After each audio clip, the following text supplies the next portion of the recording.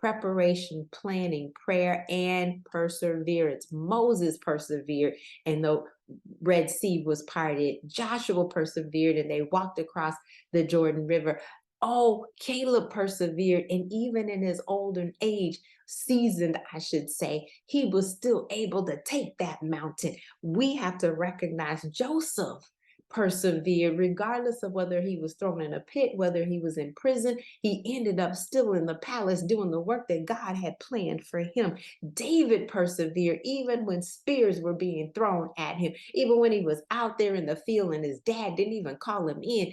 David persevered, even through all of his missteps and mess ups and all of that, and wanting to build the temple. And even when God said, no, your hands are too bloody for this to happen, but your son is going to be able to do that. He said, still, I'm going to persevere. Paul persevered, even when he was thrown in prison, even when he was beaten. It didn't matter. Paul persevered so that he could give us the gospel, the good news.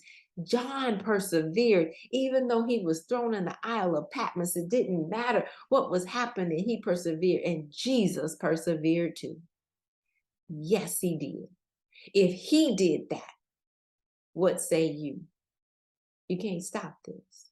We're building something here today. You're building something here today, and you can't stop what you're doing. It's that important. Somebody's depending upon you. God is depending upon you to solve the problem on this earth that no one else can solve in the way that you can solve it, to help the people that he has already stationed round about you to be able to help. And they're depending on you. The kingdom is depending upon you. Let's bow. Most gracious God, we thank you, we thank you, we thank you. God, you are the God, an awe-inspiring God, one high and lifted up, almighty champion you are. There is none like you. There's none above you. You deserve our praise and our worship. You deserve it all today. And so we love you more today than we've ever loved you before. We know more about you today than we've ever known before. God, you prepare, you plan.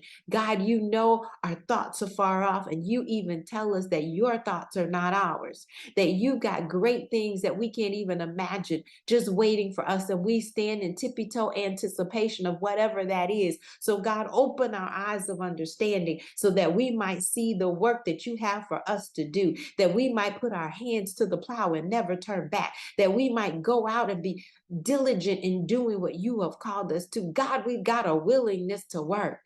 Oh Lord, help us, because you told us that if we confess our sins, that you will be faithful and just to forgive us and cleanse us of all unrighteousness. And we come before you now saying, Lord, our past doesn't look like where you're taking us in the future. Our character is not lining up with what you wanted to do. So Lord, we are changing. We're asking you to clean us up, oh Lord. Give us a clean heart, oh God, and renew a right spirit on the inside so we might be able to do the work that you've called us. We don't feel worthy, Lord, but you count us. You count it as righteousness, oh God.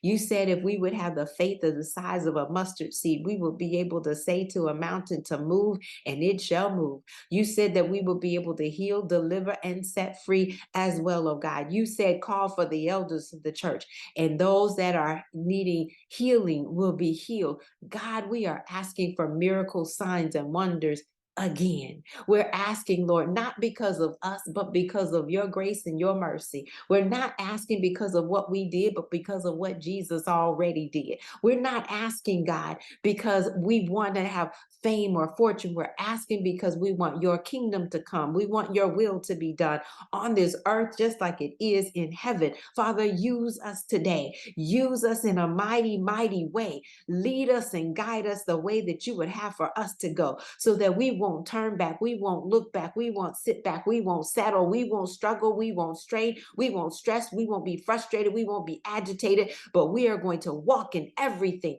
that you called us to do. Help us to be confident in the things that we know that you have called us to. Lord, increase our faith, believing that what you say we can have, we shall have.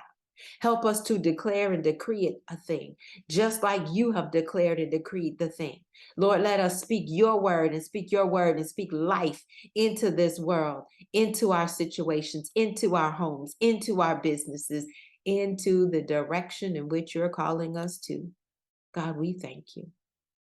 We thank you for ordering our steps. We thank you for your wisdom, knowledge, and understanding. We thank you for the divine strategies that you're giving us. Lord, we bless you. Help us to worship. Help us to lift your name on high. We're going to be careful. We're not going to stop the work. We're not going to stop. We're not going to give up. We're going to continue to fight. We're going to fight for what you called us to do. Every day we wake up, every breath that you give us, we're going to give your name praise. It's in Jesus' wonderful name that we do pray and give you thanks. Amen. Well, God bless each and every one of you. And there's something about prayer that energizes. There's something about prayer that encourages. There's something about that intimate relationship with the Lord that allows us to keep fighting a little while longer. Don't give up. I'm praying for those that are sick, those whose parents are sick, those who are struggling, those who are going through. I'm praying for you today. For those who need jobs, it shall come. For those who need doors open, they're opening. I'm thanking God in advance for what He is doing on your behalf. Now to Him who is more than able to do exceeding abundantly above everything that you could hope, ask, or think, according to the power that does work on the inside of you. May He grant you peace and favor. In Jesus' name. I'm Dr. Chonta Haynes with Heart Truth Ministries. It truly is my pleasure to bring you this encouraging word to help you put feet to your faith so that you can walk victoriously. Share this message with someone else. Subscribe to it as well. Like it. Let me know what your thoughts are. I'm looking forward to continuing to serve you. Have a fantastic rest of your week.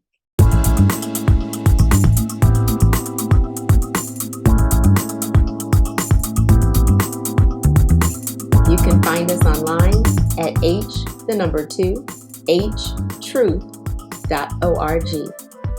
At Heart Truth Ministries, we're helping believers live an abundant life based on God's Word, standing on His promises, walking out His principles, sharing with God's people, serving as unto the Lord.